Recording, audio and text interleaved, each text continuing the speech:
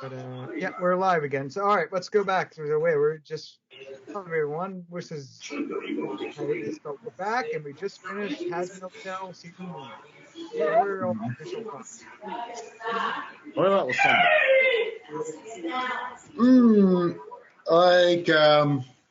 Basically, like certain stuff that the internet has been spoiling has just mainly been stuff that people have been hypothesizing. That's really been it. And thankfully, the actual meat of what season 1 is has not been spoiled, and I say it's enjoyable. It's enjoyable. It's enjoyable. Not to say it's like great or something, but honestly, I just feel like it's good. It's just good. You know, it's kind of strange. Like, I feel like I like my favorite episodes of Hell of a Boss better than I like my favorite episodes of Hazbin Hotel. But I also don't know if, except maybe the last one, because that's where you get the big sweeping emotional high point. I don't know if I have favorite episodes of Hazbin Hotel, because it's sort of that other kind of show where they all, one flows into the next, just can't really be separated from each other. It's so much harder to think of them as separate entities. It's like, anybody have you ever... Oh, God. I was gonna say, yeah, that actually reminded me of something. Yeah, that's why the Hazbin Hotel's like story structure reminds me a lot of like how Netflix handles some of their series, like Stranger Things, where it's like more an extended movie than like a season with individual episodes. Yeah, it's like, I don't know. Or did you ever see that?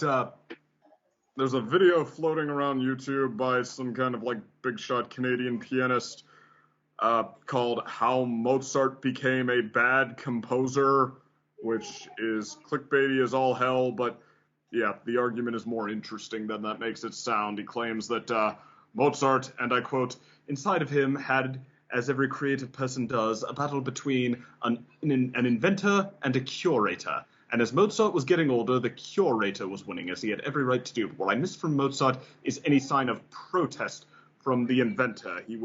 His strategy was to improvise these sounds and then correct them down to sounding the same and just not particularly innovative, because he was afraid of looking sloppy at any point. So, like, yeah, he paints Mozart basically as a fly by the seat of his pants sort of composer who had years of brilliance and innovation and then just, like, was, yeah,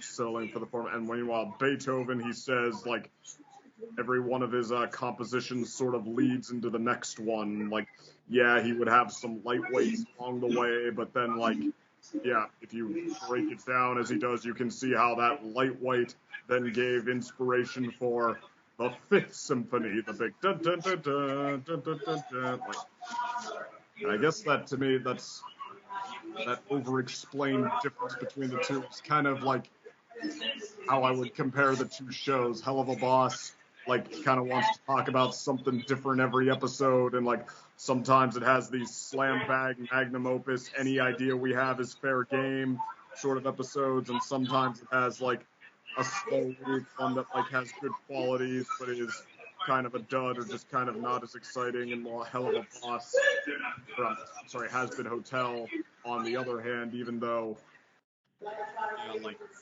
each one doesn't really, like, rise that far above the next, they all do sort of flow into each other really well. They all sort of do contribute to that big cathartic, satisfying sense of payoff we get, like, when they win. Everybody is going to have another day to keep exploring these new sides of themselves they've been having. How Serpentius actually redeemed himself, went to heaven, and, like, there's a lot of groundwork that we're building that, so it's kind of like,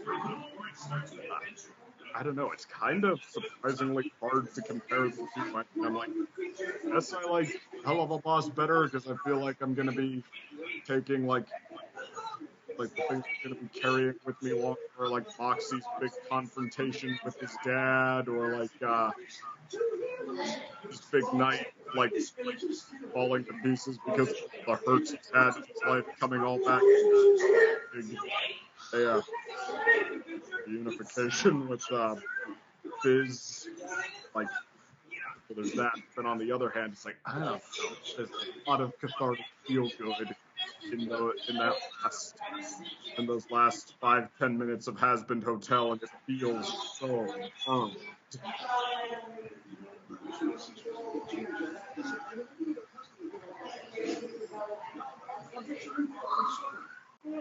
So yeah, proud and meticulously explained non-committal answer.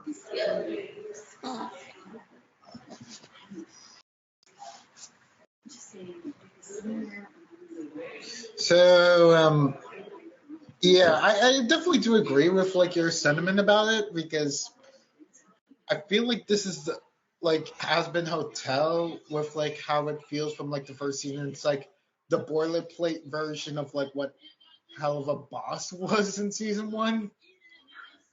Like even at its most raunchiest slash weakest parts, like I feel like Hell of a Boss has a lot more emotion that people feel riding off of like any sort of episode that comes out of it. And this one just feels like a complete package that is quite easy to sell to the general public. And I think that's honestly what Hazbin Hotel has become. It's become like the mainstream entrance for people to get into the Vizzy Pop universe. And I honestly think that's fantastic. Are you sure boilerplate means what you think it means? I hear that turn of phrase a lot for like something that's like lukewarm. I was trying to mean lukewarm, basically. But if it didn't mean that, then heck, I'll Well, let you're not myself be 100 miles removed. If something follows the boilerplate, then it's like you steamed and pressed it into a shape that you use with like factory repetitiveness. So if something is boilerplate, then yeah, basically you're calling it like competently generic, like fits the shape it's supposed to, but it's very been there, done that. Oh, then okay. That honestly feels like how I feel. Yeah, I think I would honestly agree. Yeah, that's just how I honestly feel about it. Like I don't have a grand emotional sentiment about it. Like even with like the Serpentious death, it's like I was spoiled on it, but I wasn't expecting for the death to actually be super quick. Like nothing at all. Like it's like heartbreakingly quick. It's like how they just like give him all this moment, what it takes to be like so brave and have like such a Hail Mary yet plausible plan that like he's got the moment you want to see that weapon hit Adam so bad, and then they just abruptly side with Adam in a heartbeat. Like it's so heartbreaking and so like Oh yeah, agreed. So like I mean I don't know, I think it's like that's almost part of why it feels so good when Pence just pops up in heaven at the end. It does, but it makes the Lucifer battle versus Lucifer versus Adam battle more sweeter too. Yeah, it's like, okay, Well, also, we can forgive you for showing up late now. the thing is also I feel it needs to be pointed out, like with the Lucifer battle, you can sort of see like Lucifer's just toying with Adam for like almost the entire fight. Like he's not really taken it too seriously, and that's just I feel sort of showing the power difference because Adam is strong, but he's essentially like the heaven equivalent of like an overlord. Like he's a very strong leading figure, but he's not like a head figure. Like he's very noticeably like sort of concerned about like pissing off his boss, Sarah. Well, it's like they figured he would be enough to exterminate these demons to lead the big extermination, but clearly that was without expecting Lucifer to actually step in.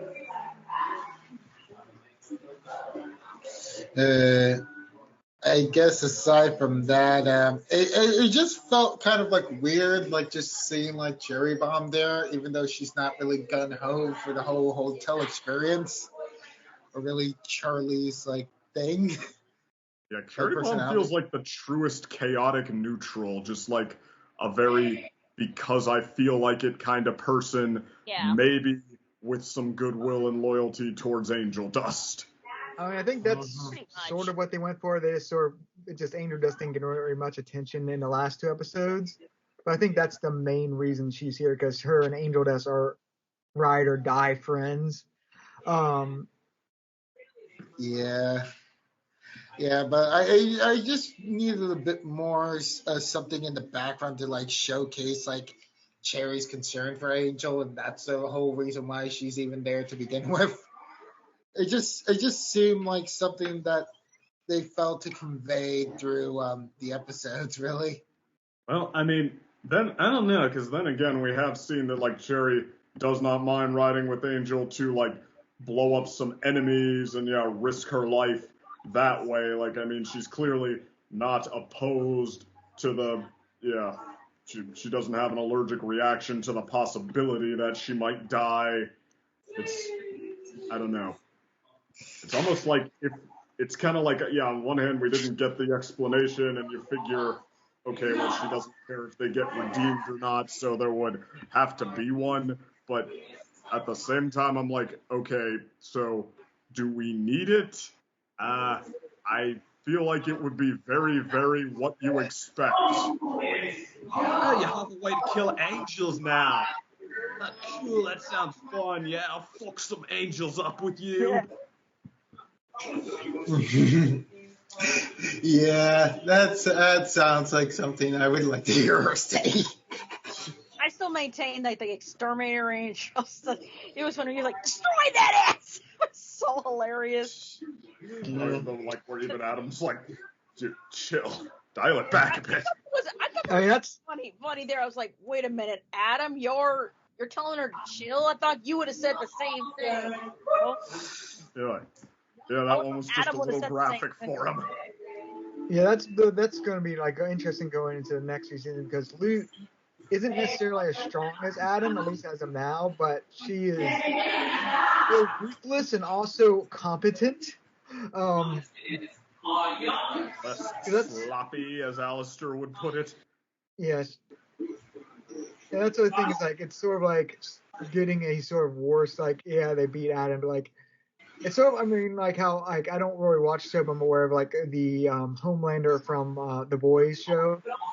It's like Homelander is a terrible villain, but also like he's often the lesser of two evils, just because he's so incompetent and just self-absorbed. It's like, okay, we can sort of manage him because he could take over the world if he was more evil and like more straightforward, but like because he cares about social media attention and all that, like that sort of keeps him in check. And that's what I feel with like Adam. It's like, yeah, he's a dick, but like he's sort of predictable dick with his actions.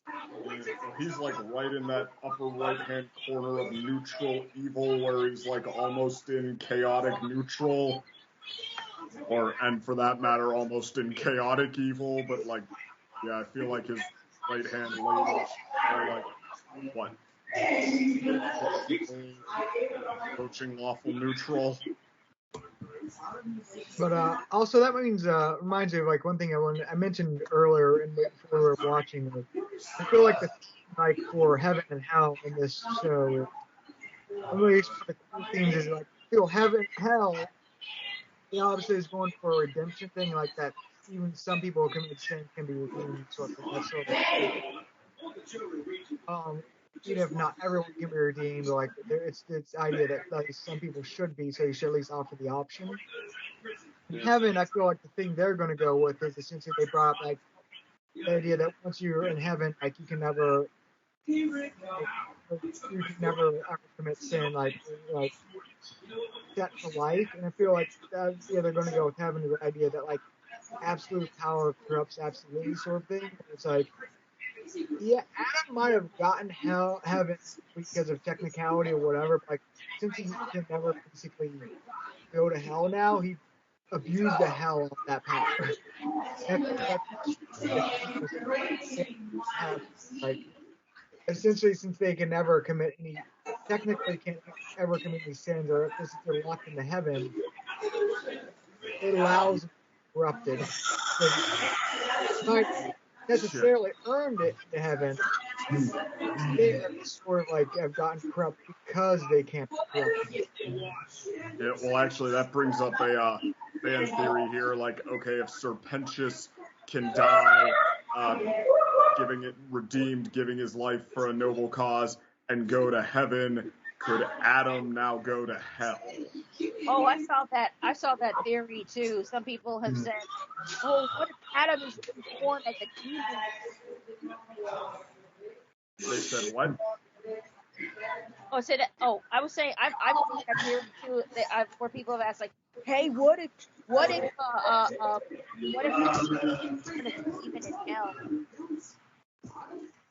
Yeah, and actually, if like some even like cutesy things floating around that way, like for as big a douche as Adam is, could he like, yeah, could hell really not be his natural environment, like with how dark in different corners it can get down there? Like, I mean, if they keep Adam as a cast member on the show who happens to be in hell, yeah, Mhm. what kind of a dynamic would he have? Like, possibly be like stumble towards the direction of redemption accidentally, or would he get even worse, become their enemy in hell? Would he possibly check into the Hazbin Hotel? Yeah, I feel like that is going to be resolved with like because I feel Disney Pop like sort of left open enough room for her to determine really what like dying with angelic weapons and all that does. Because before, at least in a pilot, which is mostly only angelic I weapons can't hear you. The background noise is a little loud. Hold on. Sorry, Carlos. I was gonna like I feel like the older lore was basically that angelic weapons and all that are what can destroy a soul. So like only that's why because you couldn't really kill people in hell once you're there. Like sinners like kill each other all the time, but they basically come back. It's like Wolverine, like oh you can kill Wolverine, but he'll just come back, sort of thing. Mm. But angelic weapons are sort of like they eradicate souls, and that's why angels have to come down and do the work because they can actually destroy a soul.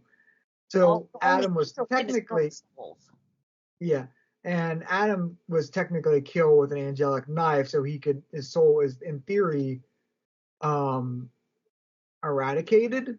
So like he whereas shouldn't. He just blew Sir Pentious up. Yeah, then he just killed Sir Pentious with like angelic light, but like it sort of feels like I feel next season or so like they will more clarify exactly what angelic weapons and all that was because like yeah you need angelic weapons to kill angels, that's been shown, but also Lucifer and even like Lucifer and these like Alistair and even like you could say it's an angelic weapon for Charlie, but that may have just been her natural spear. With those with enough power can actually still harm angels, maybe, but like they can't necessarily finish them off without angelic weapons. I feel that will be better clarified next season or so. Because it could be like angelic weapons aren't actually necessarily killing souls, but basically reverting them back to like a hard reset sort of thing. So like they might have been reborn on Earth if they actually get killed, and that's sort of like an endless cycle. That they could go for that angle, and like Adam could, since he was killed, he's going to be reborn, but now he's going to end up in hell. Right. So it depends how they're going to go. They're like, that's really it's like it's they left the door. She left the door open with that spore. I feel her like I feel those intentionally vague. Oh yeah, definitely. I have a hope that if we see Adam again and he's reborn as a demon in hell, and for some reason he gets checked into Hazbin Hotel, I'm hoping for a crotch shot. Hitting the nads.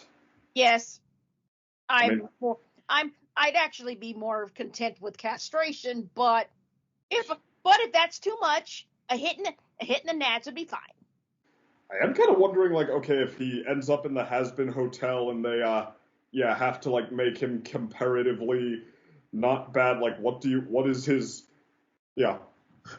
what's the give and take with him? Like I don't know, is he gonna have it, like DC pointed out, okay, he's corrupted by, absolute power that corrupts absolutely in heaven, but like, okay, I guess, I don't know, is there stuff he like is not guilty of, does not go out of his way to do? Is he gonna run into some Moxie's dad homophobe and be like, oh, dude, seriously? Even heaven got that stick out of their ass 1,000 years ago. Oh yeah, that'd be great. It'd be hilarious also, if not only just the crotch shot, but okay, if he happened to meet a demon named Steve. Oh my God! Oh, like yeah, they have to use that joke. If Adam comes back in some way, like I'm not saying they have to ship him with a gay character. Oh no. But like they have to use that joke. Like yes, okay, they have to. It's handed to you on a silver platter. It's not like, I'm not gonna say it's not a requirement, because I don't want to, be like one of those people like, oh, you must pander to fans, I'm just saying it would be hilarious. It would be just hilarious to see, because if for some reason, like, it's handed to you on a silver freaking platter, if that ever happened, I would just hit the ceiling. I would have to be like, stop the program, and I'd have to like spend the next 5 minutes just laughing. Yeah. He just has like a buddy cop movie with the new sinner who he's supposed to help to prove that he can hang with the Hazbin Hotel crew. And like, they have like a bonding episode where he's like nagging him and being a jerk the whole time. And then they pull each other out of trouble. So, hey, you're not so bad, buddy. What's your name? Steve. I would just lose my mind. I would just lose my mind. Looks at the camera like, you have any idea how sick I am of that joke? Oh my gosh! If that would be the case, that would be just like the same kind of power as it's the same. You would probably get the same kind of reaction as when in Voltron, when we found out who Pidge really was. Oh my goodness! One of our finest moments in my opinion. If that joke came to pass, it would be the moment 2.0, I think. Oh yeah. I mean, I don't like get hit perfectly by like every iconic moment in every fan's life. Some things have been spoiled for me. My dad managed to spoil that Darth Vader was Luke's father and all that, but yeah. Oh, how dare he! Shit. He didn't even realize he was doing it. He thought that reveal happens in A New Hope. He was like, yeah, didn't you see that part? He is? Oh no, you were robbed. You were so robbed. I am so sorry. Thank you. But Pidge's big reveal I totally got to experience full force in the face.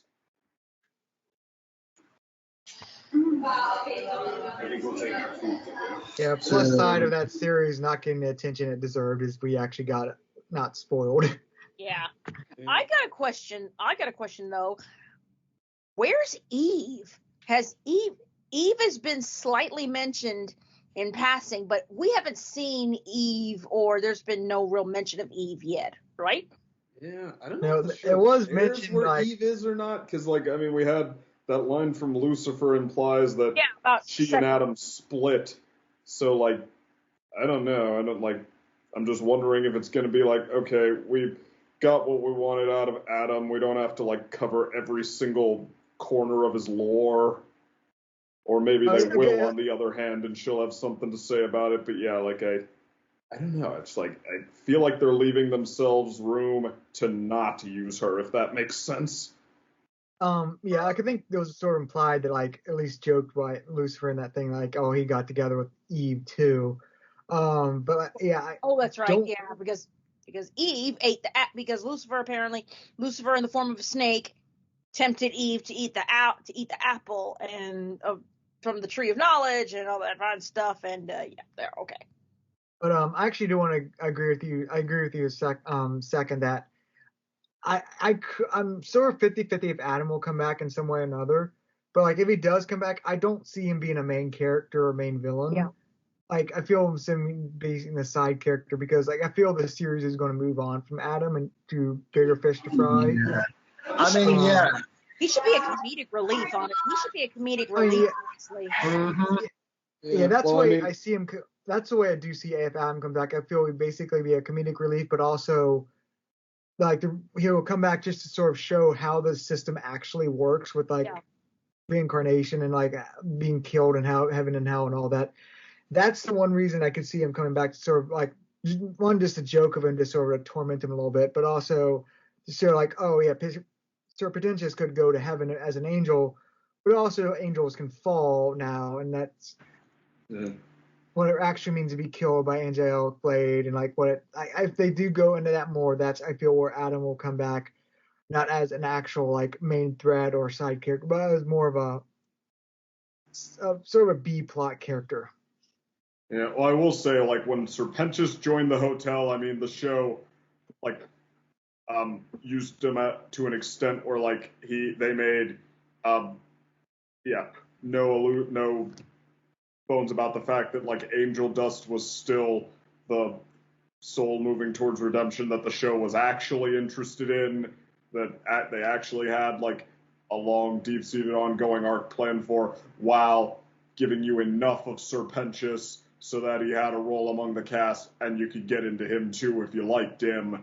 And yeah, I feel like if they want to add Adam, or for that matter, Cherry Bomb, or just like sinners we haven't met yet to the cast, there's room to do that in that capacity. It does, like, there is a sitcom side of the show in that sense that makes room for that. Yeah,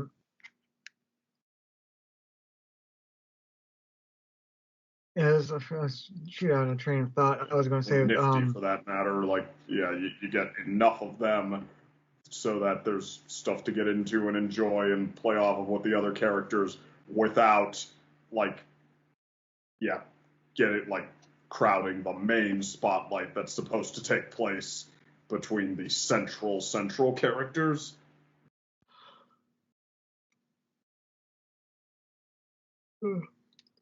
But like I said, yeah, if Adam comes back, that's my theory that he will just be a side sort of thing because I feel that as I recall originally this was supposed to only have 3 seasons.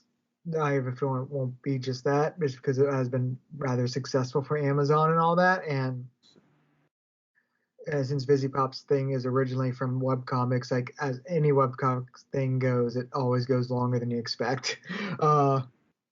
Or it gets canceled, and then you have to hold back on those ideas because, like, sooner or later, you're crippling like anxiety over said comics being posed as like possible ripoffs of certain Disney properties. Soon cause you to divert your attention to one single factor of like your product that could be diversified into multiple factors. And now, boom, you now made a hell franchise. Well, Gunmetal Gator surprisingly the expert on webcomics here. Well, there you go. Oh, just trust me. Yeah, as longtime fan of her. But yeah, in terms of going on there, like I feel it will still at least be some. I feel there is an end. Like the sense I get is like there is an actual endpoint plan for this, and like I'd say like her other web comics originally how they go. Like in most web comics, they don't really have an endpoint feel. This I feel like this is very like I always said. This is sort of like a movie.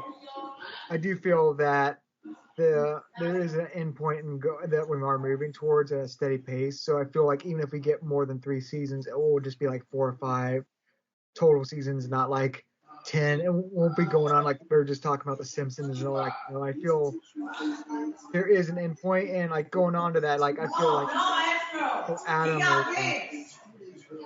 On one hand, I feel like if you want to get more seasons, more episodes out of this show, they're still at the point where I guess all you'd really have to do is decompress the pacing a little bit.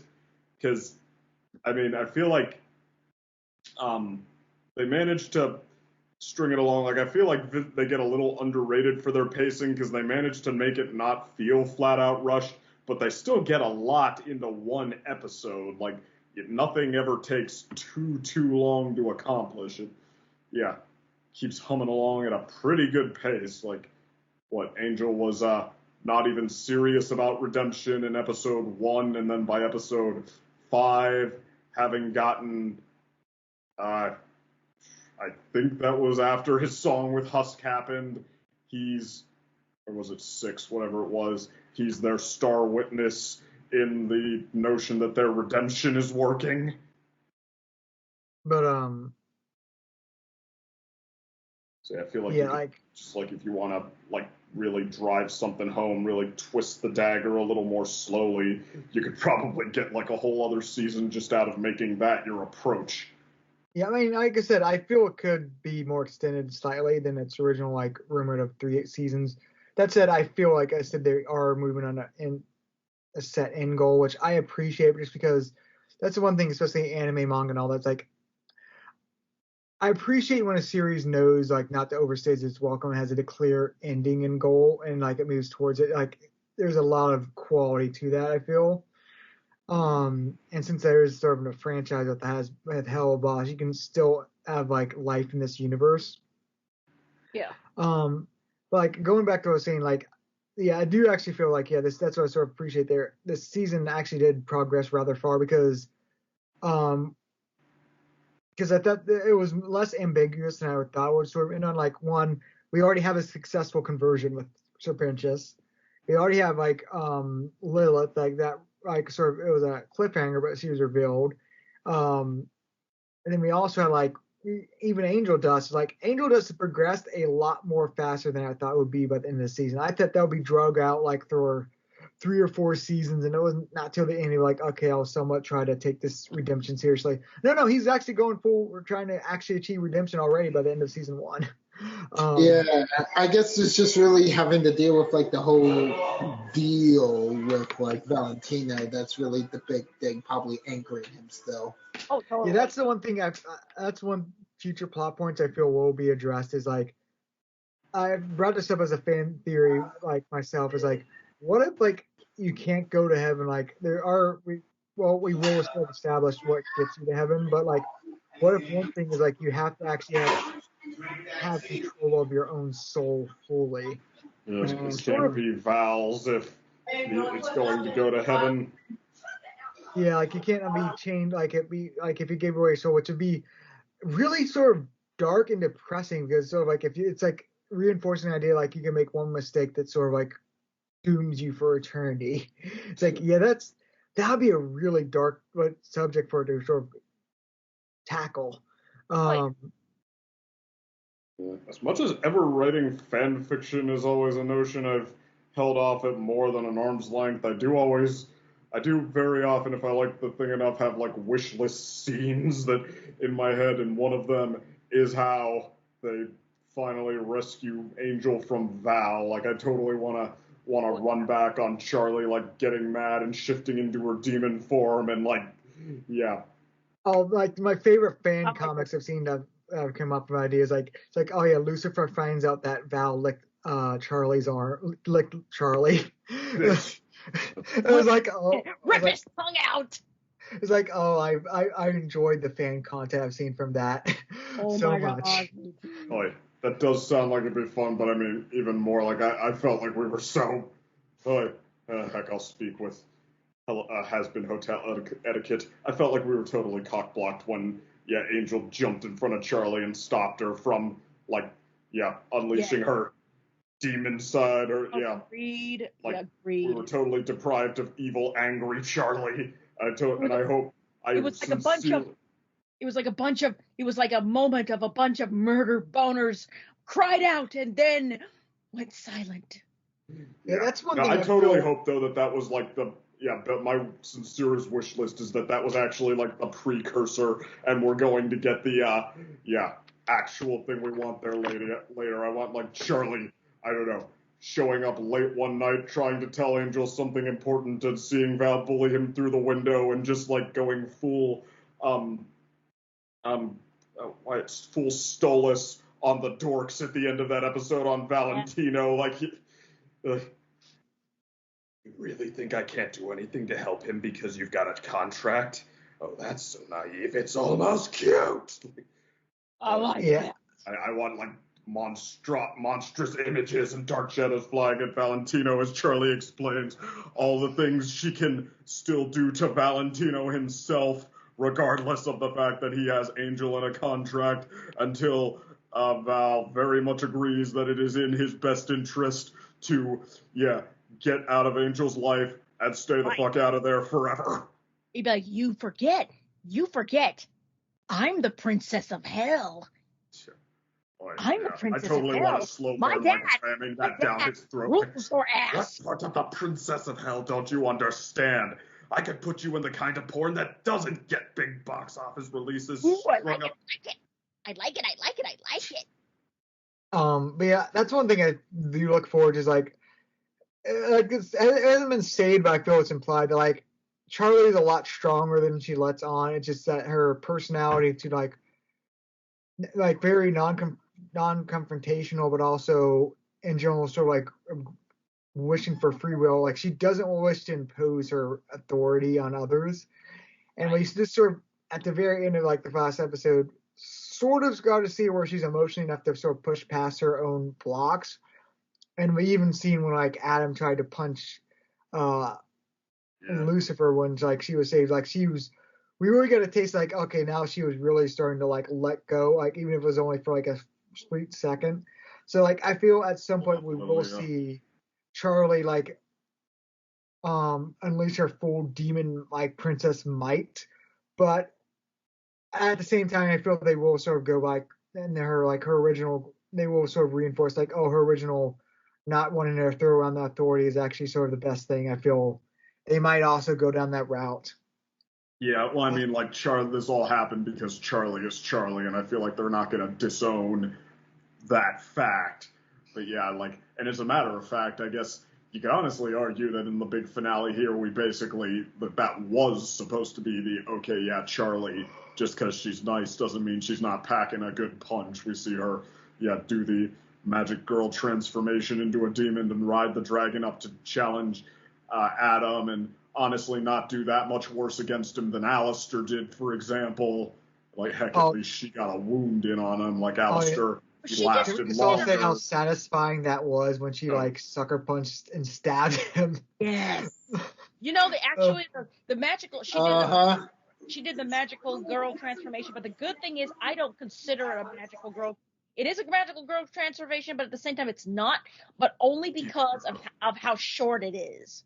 Yeah. But for something like Hazbin Hotel, it's completely necessary. It's completely necessary, and it doesn't deter from anything. So there you go. As a matter of fact, at that point, I mean, magical girl transformations. I mean, they're cliche, but at that point, you don't care because you're freaking cheering because it's like, oh yeah, Princess of Hell time, woo! You about to fuck you up.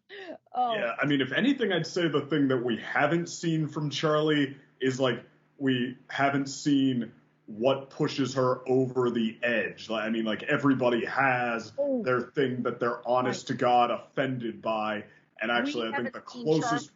That's not Charlie's final form.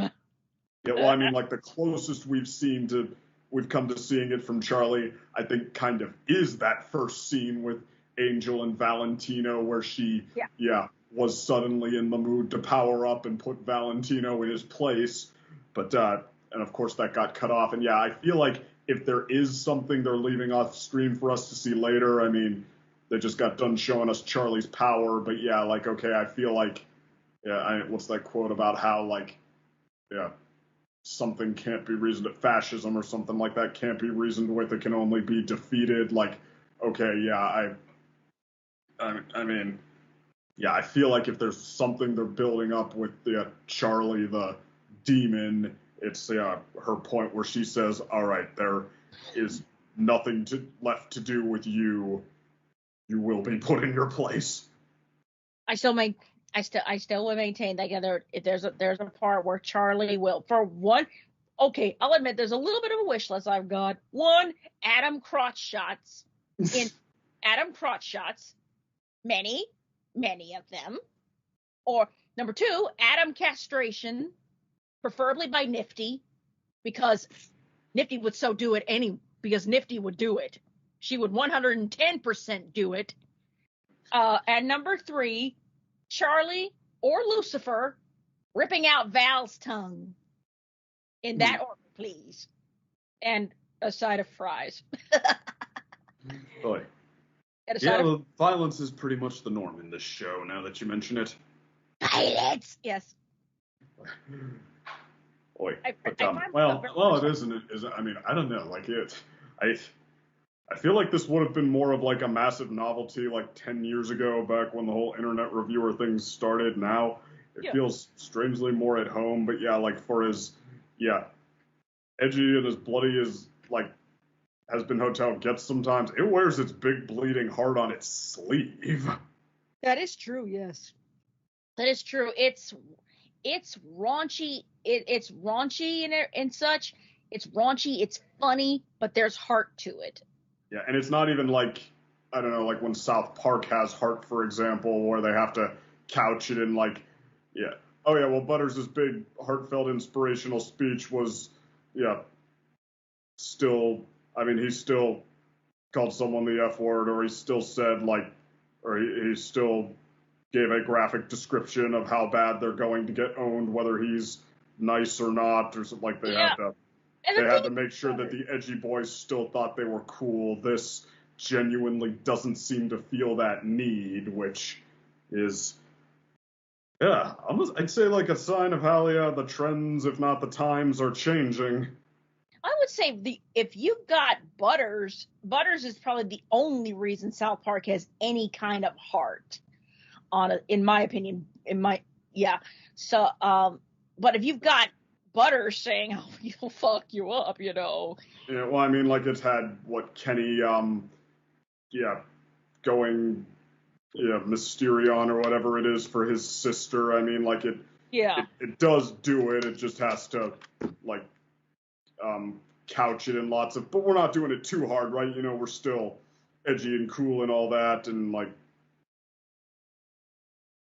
like I said, Hazbin Hotel. I mean, it's, lots of blood. It revels in the profane. It revels in the crude and the edgy. But I mean, like, it's, I don't know. It seems to, like, feel no shame in, like, wearing openly that its true intentions are sweet and heartfelt.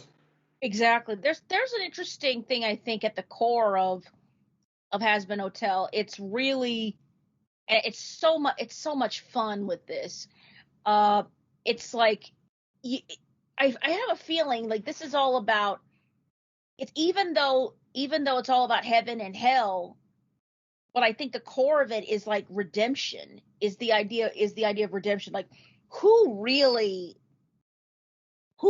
decides who gets redeemed or not? Or is redemption possible, and who gets to decide that? Is it powers beyond your control, or is it yourself?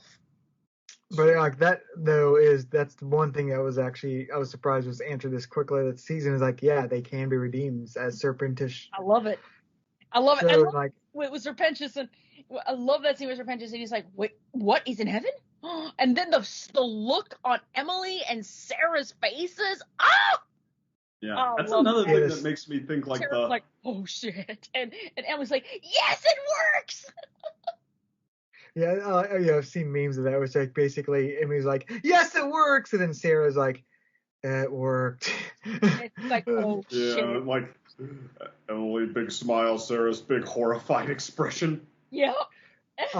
Yeah, that kind of, like, the fact that they like confirmed that so soon, that's another thing that makes me think like this is, not so much about, well, I mean, redemption, but not in the sense of like, can it happen at all? Like, in the old biblical sense, are we going to explore that thread of logic all the way back up the chain? I think it's like, more about, like have-nots trying to improve and haves, like kind of shoving down the evidence to preserve their status quo that they've gotten fat and happy in, corrupted by absolute have-ness, as DC kind of said.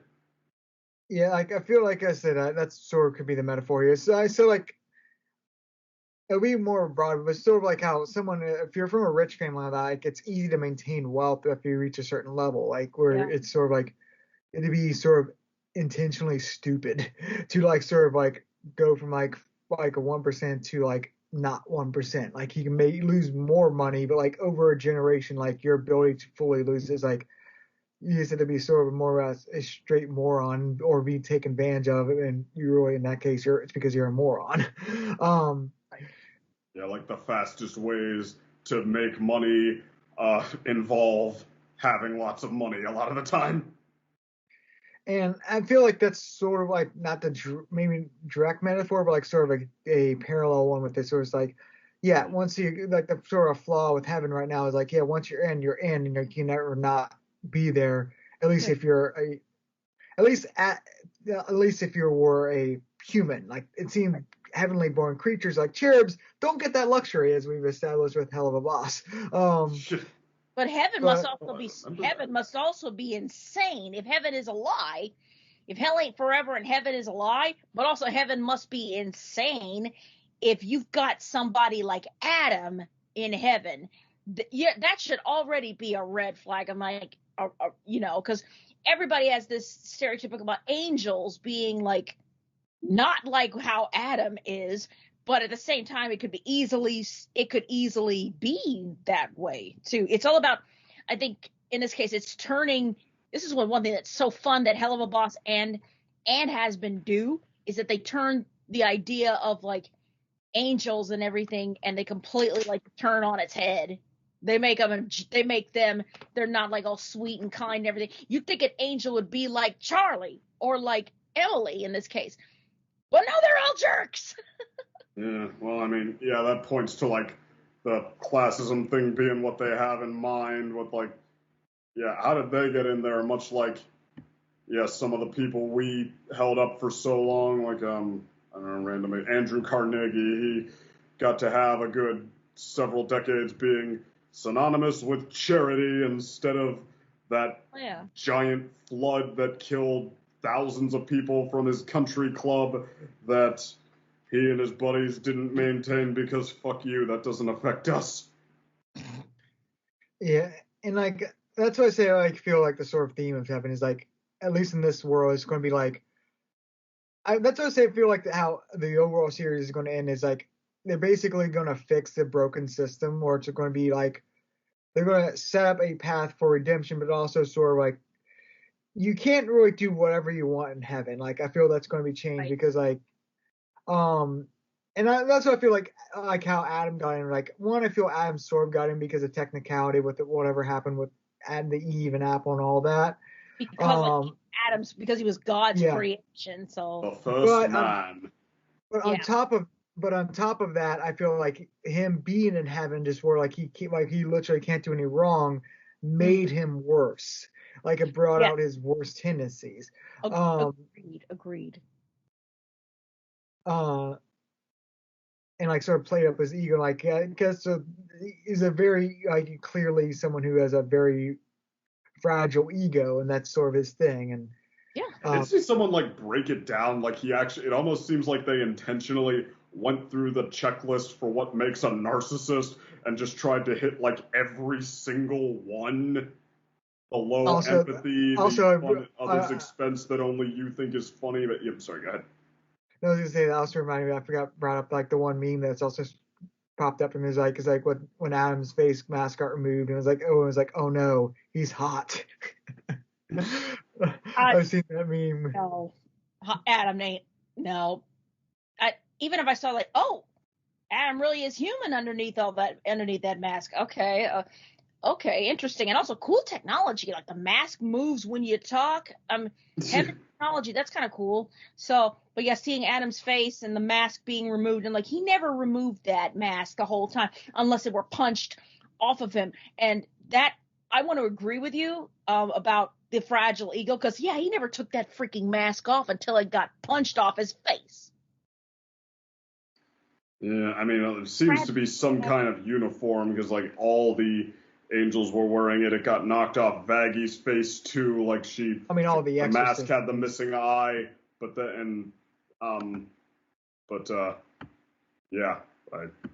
whatever it symbolized, they decided to actually cut off her eye after they knocked it off and exiled her. Well, Adam did it because Adam cut out her eye because she spared a sinner child. I thought it was a right-hand lady who cut out her eye. No, I saw it was Adam who did it. It was Adam.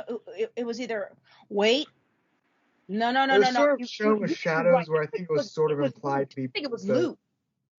Right-hand lady, right?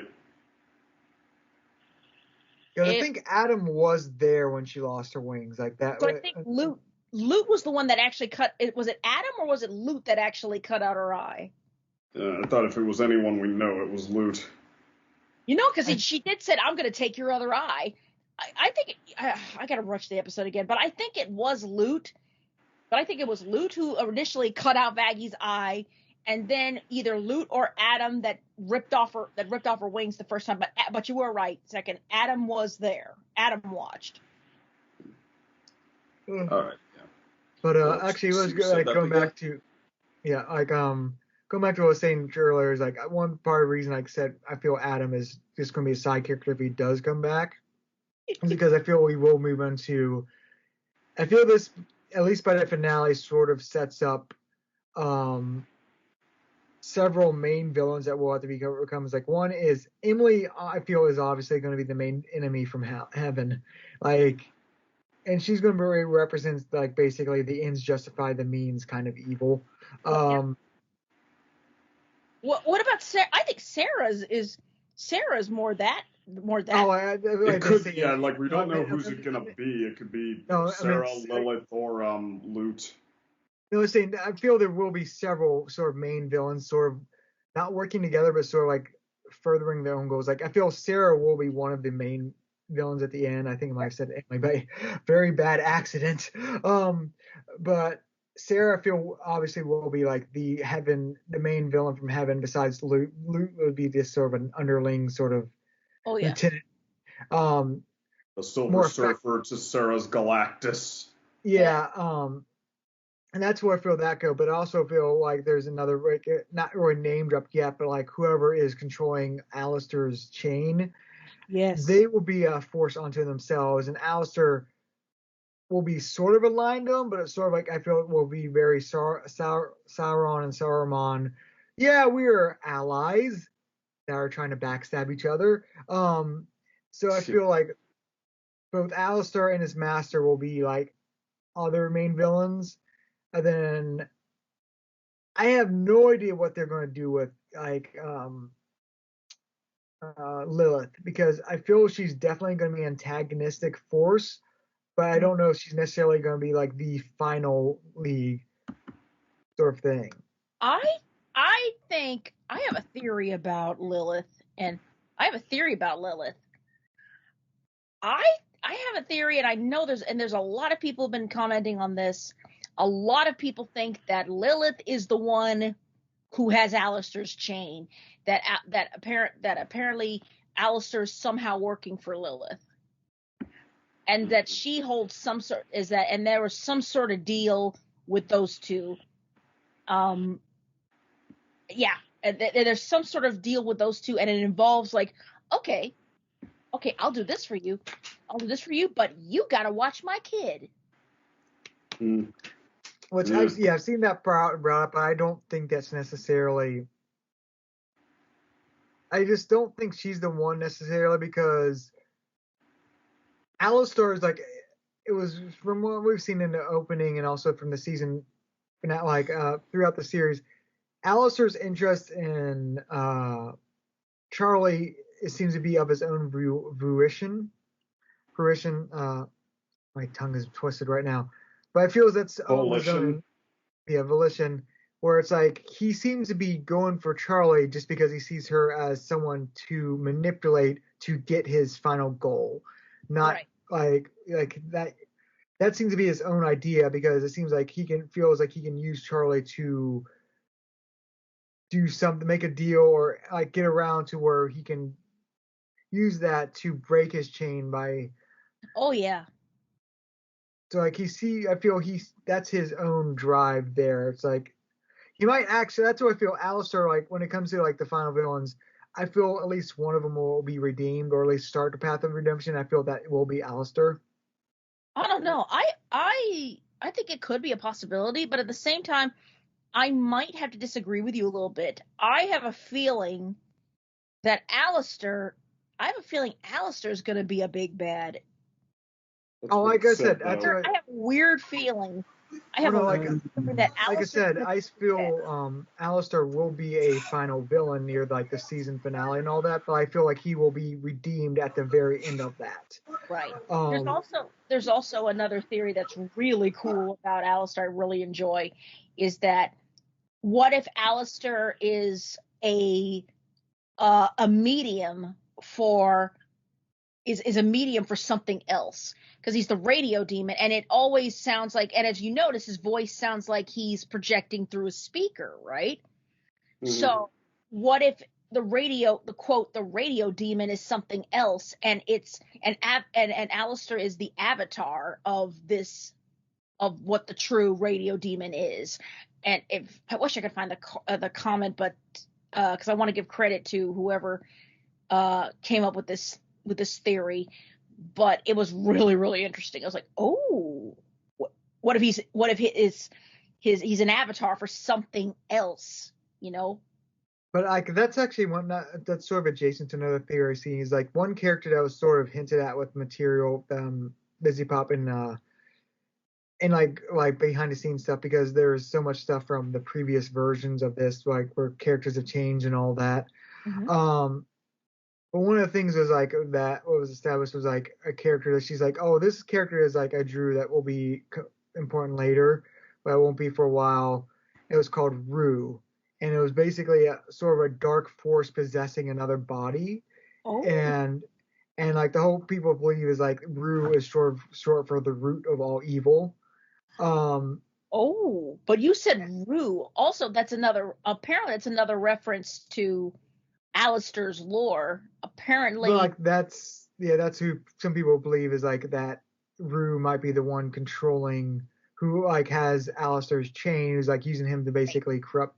Rue is also a reference to Alistair's origins. Apparently, I don't remember if this is true or not. Someone mentioned Alistair was originally from New Orleans, and a roux is a staple in New Orleans cooking. Whenever it's a staple, and it's like kind of the base of whether you're making a jambalaya or something. A roux, you need to have a good roux, and yeah. That's also why I feel like he will be redeemed, because we do have some established, even like both outside material and also in the show, like that. Okay. There is, I feel like, established like Alistair has at least at one point was a good person or something like that, but was later corrupted into his radio demon form. Like we've seen like was it Mifty or Misty or Nifty is the little impling thing. Nifty's the one who technically kills Adam. Yeah. No, like who's like the singer who was we actually knew Alistair in the past. Shoot. Mimsy. Mimsy. I say Mimsy. I knew it was an M. She, I feel like, is hinting at that there is a softer side to Alistair. Like let's just say, I feel Alistair will be one of the final big bads, but I feel he will be offered a chance of redemption just because he has a root in before he was corrupted and all that. So that's what I feel they are at least leaving the foundation that like even after like because he's going to betray the heck out of Charlie. Like that's I feel like one of the most obviously going to happen at some point things. Use that favor he just bargained out of her. Like not even just that favor. That favor I feel will be like the little domino sort of thing. But I feel like even I could also see it as the Brutus moment though, like that you demand I do what for you. Yeah. Oh yeah, I think that's a guarantee. When Alistair reveals whatever it is he's planning or whatever he wants Charlie to do, that's going to be guarantee. I think it's going to be like you want me to do what moment. Yeah, I heard something that I think, feel free to fact check this, but I saw this too, that apparently, Vivian Medrano herself said in a Twitch thing that Alistair when he was alive was a serial killer. Mm. This is sort of hard to fact check just because there's like do so. Feel free to do so. I might be wrong because I remembered seeing that in passing, I was like, huh? And because I wanted to mention that you said that, Alistair could have been a good person, but he could have been corrupted into the radio demon. I was like, and that was another one theory I heard that I thought somebody had mentioned, that they heard Vivian Medrano say in a Twitch thing that he was a serial killer. I mean, he could have serial killed someone at some point because he ended up in hell. So he did sin of some volition. But I'm just saying, like, in the same way that Angel Dust is in hell, like, necessarily, like, yeah, he did something bad, like, he was in a mafia family and, like, had drugs and all that. Like, but he's, like, still, like, there's a root, like, he was not all, like, even though he committed sins, there was some good in him. That's what I feel like with Alistair's, like, the Mifty sets up, and even the sort of like meme I've seen meme compilations like how Alistair treats like men and how he treats women, and it's like, well, there is a very noticeable difference in how he treats how he treats men and how he treats women. Yeah, like if you like, there's meme compilations like, yeah, it's not even like, oh, it's like just a sort of joke. No, that's a very clear decision with this character. So like, okay, so he treats men like a great example of how he treats men, like how he talks to Lucifer. Or how he talks to Husk. He belittles him, and when Husk says something that dents his pride a bit, he threatens the hell out of him and leaves him a trembling, scared mess. Right. Or sort of pretentious,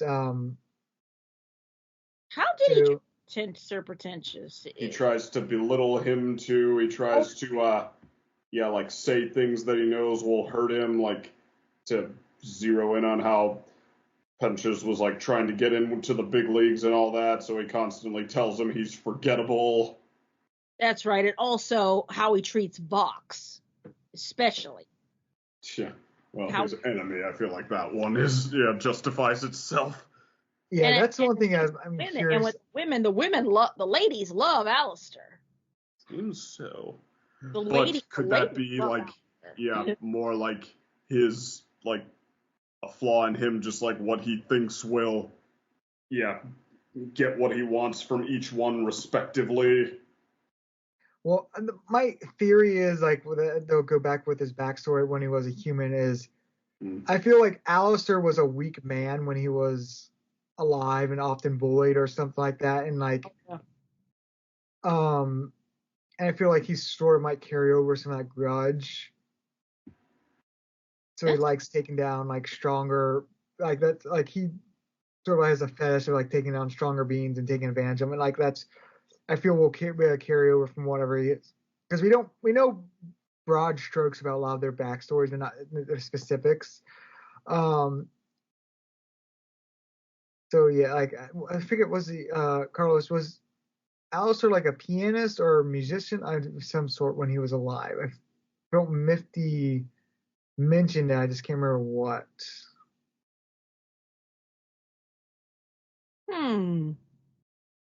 Let's see. I have no idea. It was mentioned in like it was mentioned like Mifty when she was a performer. He was there at the. So I don't know if it was a barkeep, a singer, I forget. There's specifically mentioned, but yeah, overall, like I feel like that might be going with this character, but yeah, overall, like I feel that's why they will be moving to like more villains. Alistair, I feel, will be one, but I feel he'll be the one that they can redeem, or like redeem, like how at least Sir Pernicious. My tongue is twisted right now. It's late, and like how he sort of started, like I feel like Sir Pretentious will sort of mirror how Alistair will end, just because like how Serpent's just like he entered Hazbin Hotel as a straight up spy, just trying to manipulate Charlie and all of them. Mm-hmm. But eventually, when he hit his lowest point, was basically defeated. He just like sort of given up, but like was offered a hand as like, oh, it takes us. Oh, sorry. I feel they might bring that back with Alistair. Like, he's gonna do some straight up terrible crud. Like, Oh yeah. Like I cannot emphasize enough how much he is going to betray the heck out of Charlie and company. I agree. I mean, honestly, of the main characters, he's like the. I mean, he's unironically the coldest. He's the only one who always has just like, I guess, telltale and clearly deliberately inserted signs of just insincerity and manipulation and toxicity and like every foundation he builds this relationship on, feels very deliberate. But like that's what I say. Like feel like that's what I feel he will be sort of like the final, not really redeemed, but like start on a path of redemption. He'll be like okay, he's like he's the one that's like even he can be redeemed sort of thing. That's what I feel he might be. And probably not the best we can hope for from him, for that matter. Yeah. I don't know. It's about if I know I agree with you about Alistair being the big bag, and at some point he's gonna stab everybody in the back. As for him being redeemed, I don't know. I have this weird feeling that he's not going to want to be redeemed. That I have a feeling he's going to be offered a choice, and then he's going to be like, "No, I don't want your redemption." He's going to be like the villain that dies, being like, stabbed through the heart, falling into the volcano, screaming epically as everything explodes. Yeah, I think he's going to be like Cherry.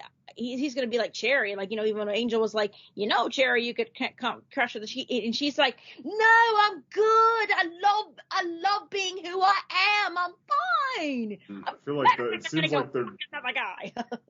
It feels like, I don't know, they're like they're setting up, clearly intending to go too big with Alistair for him to shrug and walk off into the sunset like, I am what I am. It seems like they clearly want him to fall one way or the other, like as some kind, or maybe that's the wrong way to put it. They clearly want something definitive to happen with him. Yeah, that's what I feel like. I said that the one thing I'm absolutely sure is like, he will betray Charlie and company at some point, and he will be defeated. But like that's what I said. I feel this series will, like, when they move to the final finale, there will be multiple antagonists and villains at play, and some working in tandem, or at least sort of working together loosely, like maybe Rue and Alistair, or whoever is his master, but also like other ones that are just straight up paralleled and doing their own thing, like maybe Sarah and Lute trying to basically maybe like the options like, let's just destroy hell. That's a safer option. But overall, like let's just say with multiple villains in play, like maybe not even like Charlie's the one that basically like face plants Alistair in the end, like that, like sort of screws over his plans.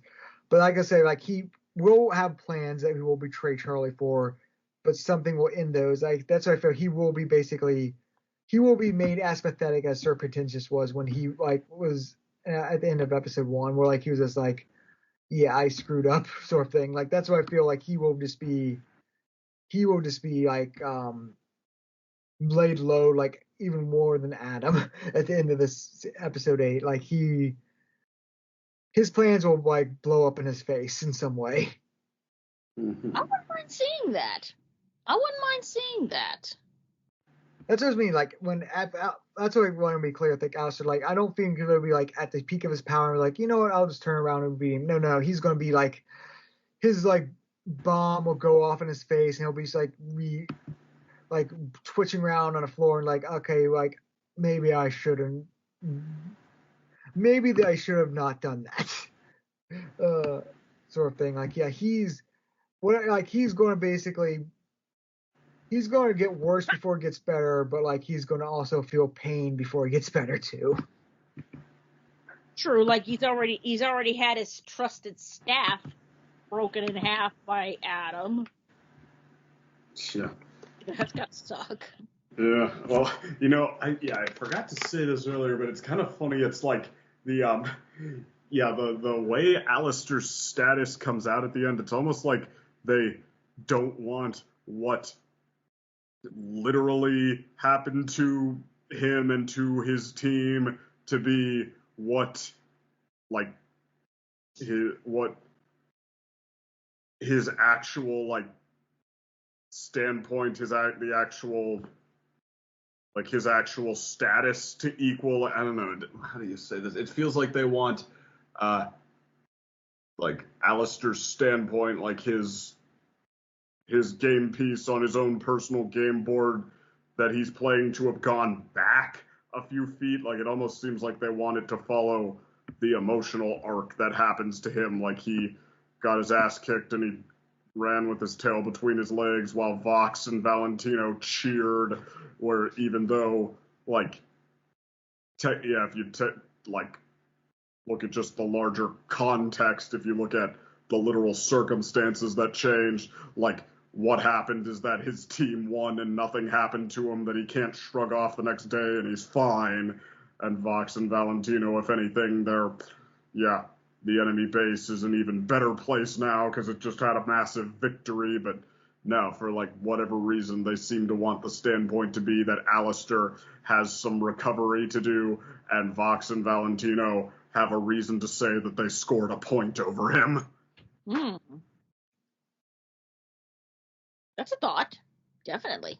Yeah, so I mean, I don't know. Clearly they're trying to set up some very deliberate, next point on the map of his arc having a vendetta against them, and a dick measuring contest and a power play and all of that.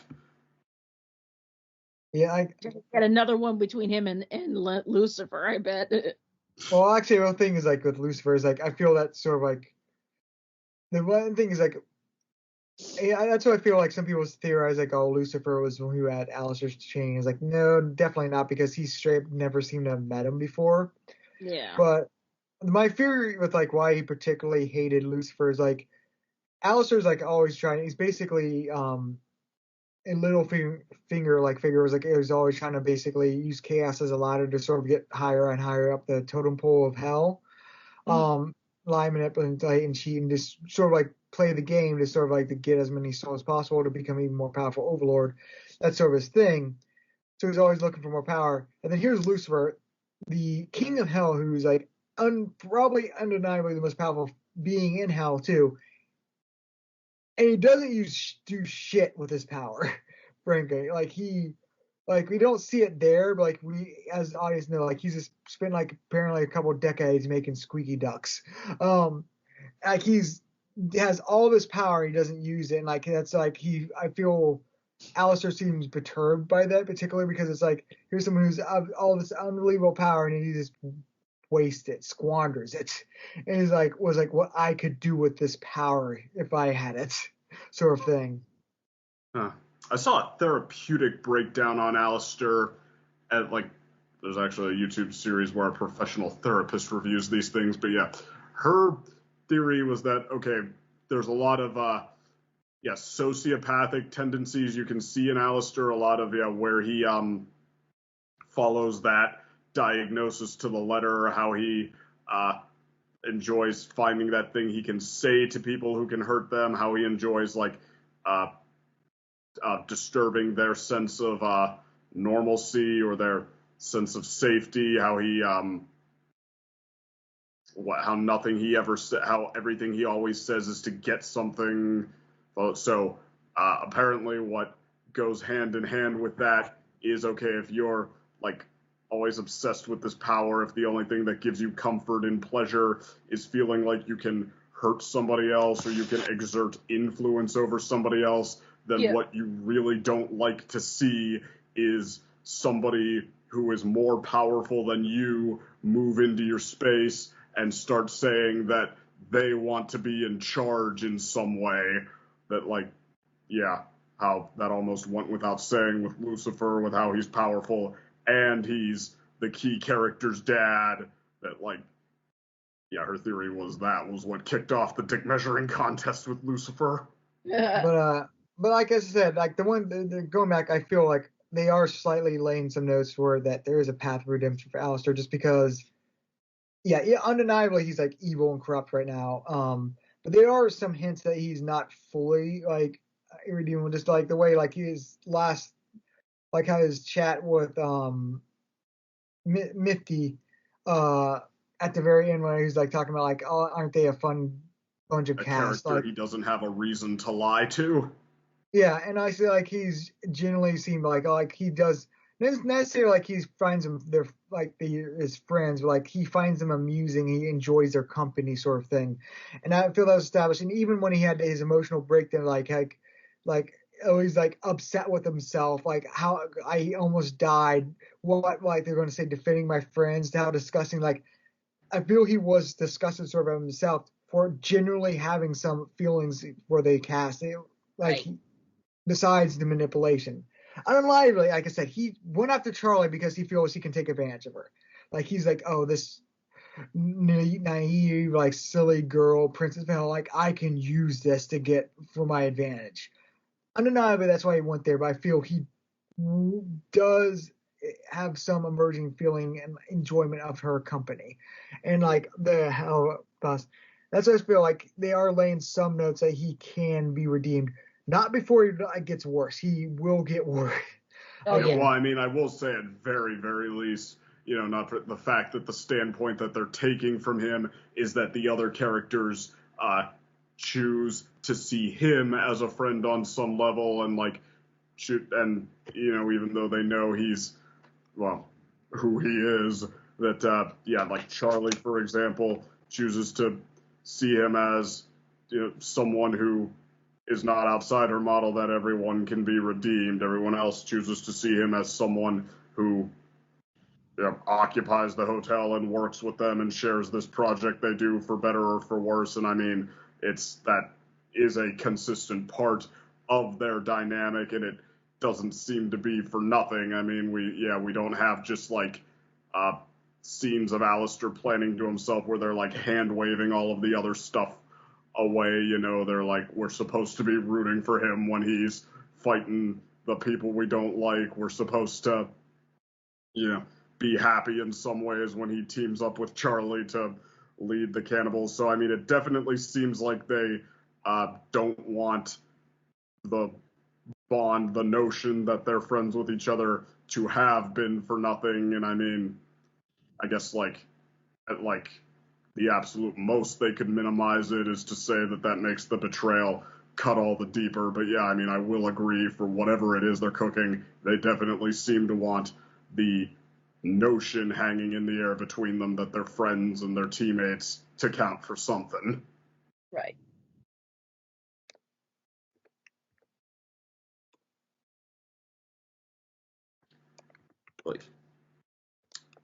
Ooh, I may have to tune out, you guys. I'm starting to sleep. I'm starting to get sleepy. Yeah, me too. Me too. Yeah, that's right. Yeah, that's why I kept sort of myself keep going out in circles.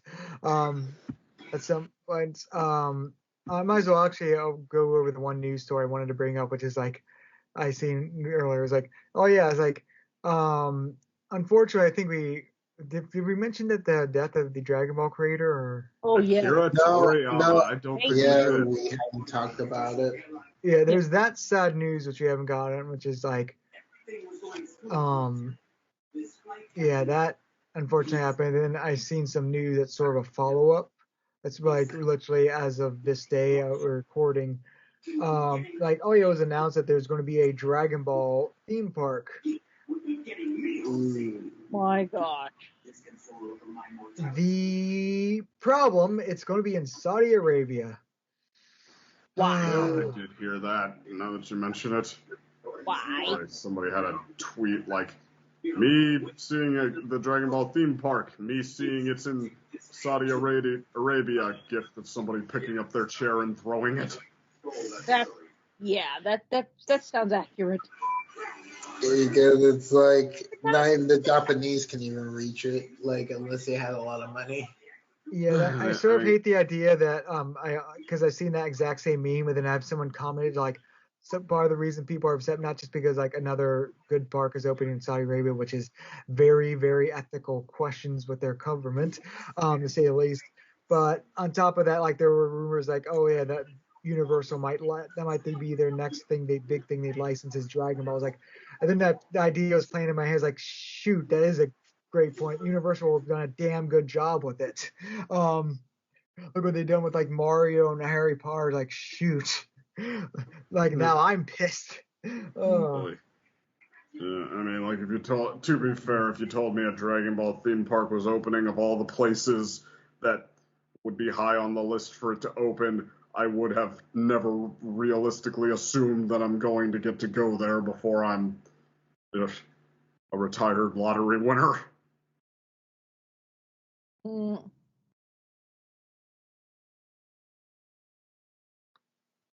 Though speaking of which, I hope no one won tonight because I forgot to get a ticket because. Oh, the Powerball lottery. Yeah, apparently it's over $1 billion again, which is my standard for when I get a ticket. Like I don't I don't believe in lottery. It's a waste of money and all that. But it was like same times like if it's over $1 billion, it might as well just worth like the $2 of a peace of mind of at least trying, sort of thing. Boy. Yeah, the last thing you would ever need to do if you won. I have heard people who think the same way, including dear old dad. Mm.